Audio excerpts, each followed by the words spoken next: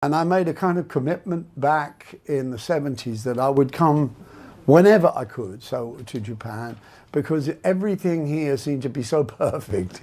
We're coming from England, being English, we're kind of scruffy people, but...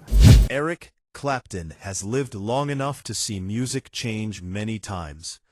He has seen rock music rise, explode, and slowly become something very different from what it once was.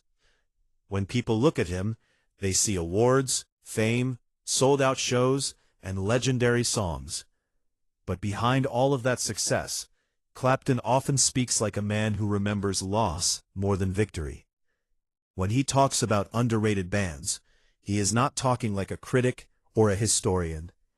He is talking like someone who watched talent get ignored, truth get buried, and honesty get punished. For Clapton, being underrated is not about bad luck. It is about how the music industry reacts when artists refuse to follow rules.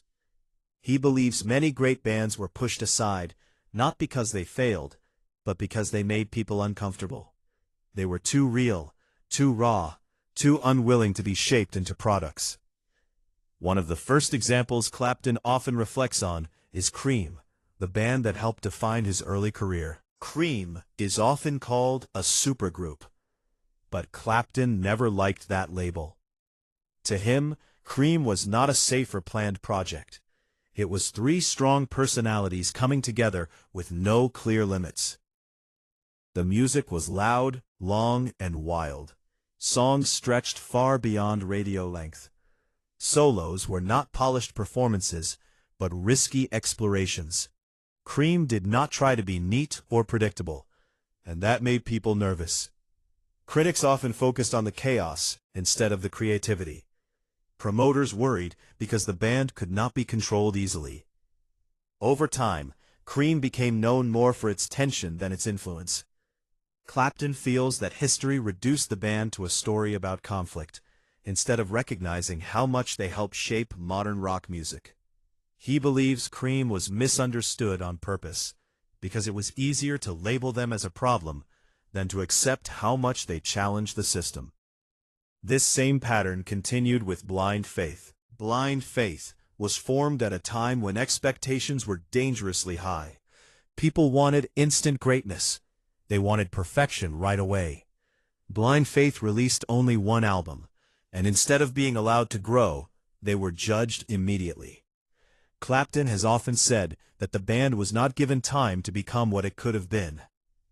The music industry treated Blind Faith like a product instead of a process. When the album did not meet impossible expectations, the band was quickly dismissed. Clapton believes Blind Faith represents one of the biggest problems in music history: impatience. Great music often needs time to develop, but the industry rarely allows that. Bands are expected to succeed instantly or disappear.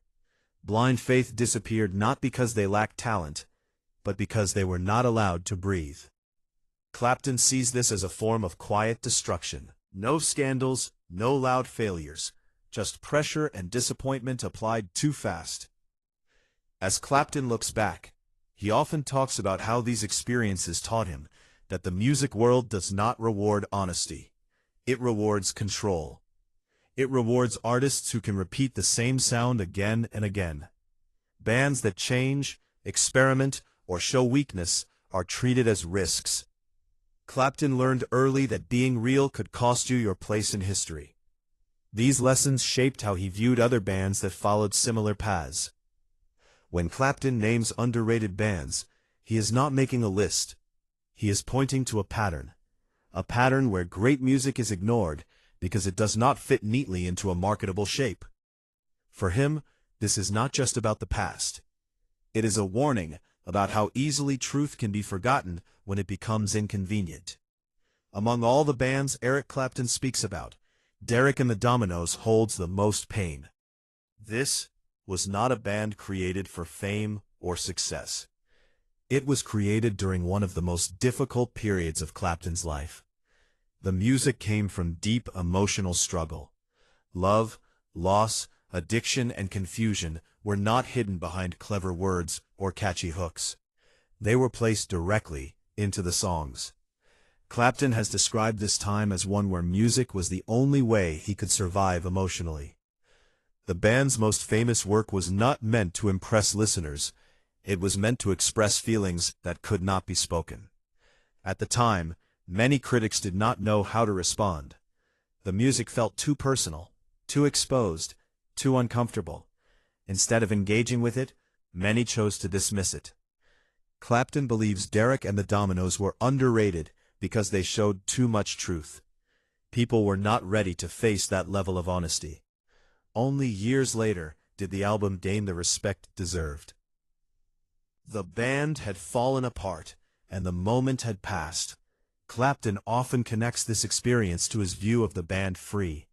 Free was very different in sound, but similar in spirit. They believed in simplicity, space, and feeling. Free understood that music does not need to be loud to be powerful. Silence, when used correctly, can be just as strong as noise. But this approach confused many listeners. In a time when fast solos and big sounds were popular, Free's restraint was misunderstood. They were seen as quiet or lacking energy, when in reality, they were deeply controlled and confident. Clapton admired this about them. He believed it took great strength to hold back instead of showing off. However, the industry did not reward that kind of maturity. Free was overshadowed by bands that filled every moment with sound. Their subtlety did not translate well into commercial success. Clapton sees this as another example of how the music world favors excess over balance. Traffic is another band Clapton often mentions when discussing underrated artists. Traffic refused to stay in one style. They changed constantly, following curiosity instead of trends. One album might lean toward folk, another toward jazz, and another toward something harder to define. This made them difficult to market. Radio stations did not know how to label them. Record companies struggled to promote them. Critics found it hard to summarize their work. In an industry built on repetition, Traffic's constant evolution became a problem. Clapton respected their refusal to repeat themselves. He believed they were honest artists who followed instinct rather than approval. But that honesty came at a cost. Traffic slowly faded from mainstream attention, not because they failed creatively, but because they refused to simplify their music for easier consumption. For Clapton, these bands share something important. They were not chasing comfort, they were chasing truth, and truth often comes with instability. The music industry prefers predictability. It wants artists who can be easily understood, easily sold, and easily controlled. Bands like Derek and the Dominoes, Free, and Traffic did not fit that model. They created music that required patience and emotional openness.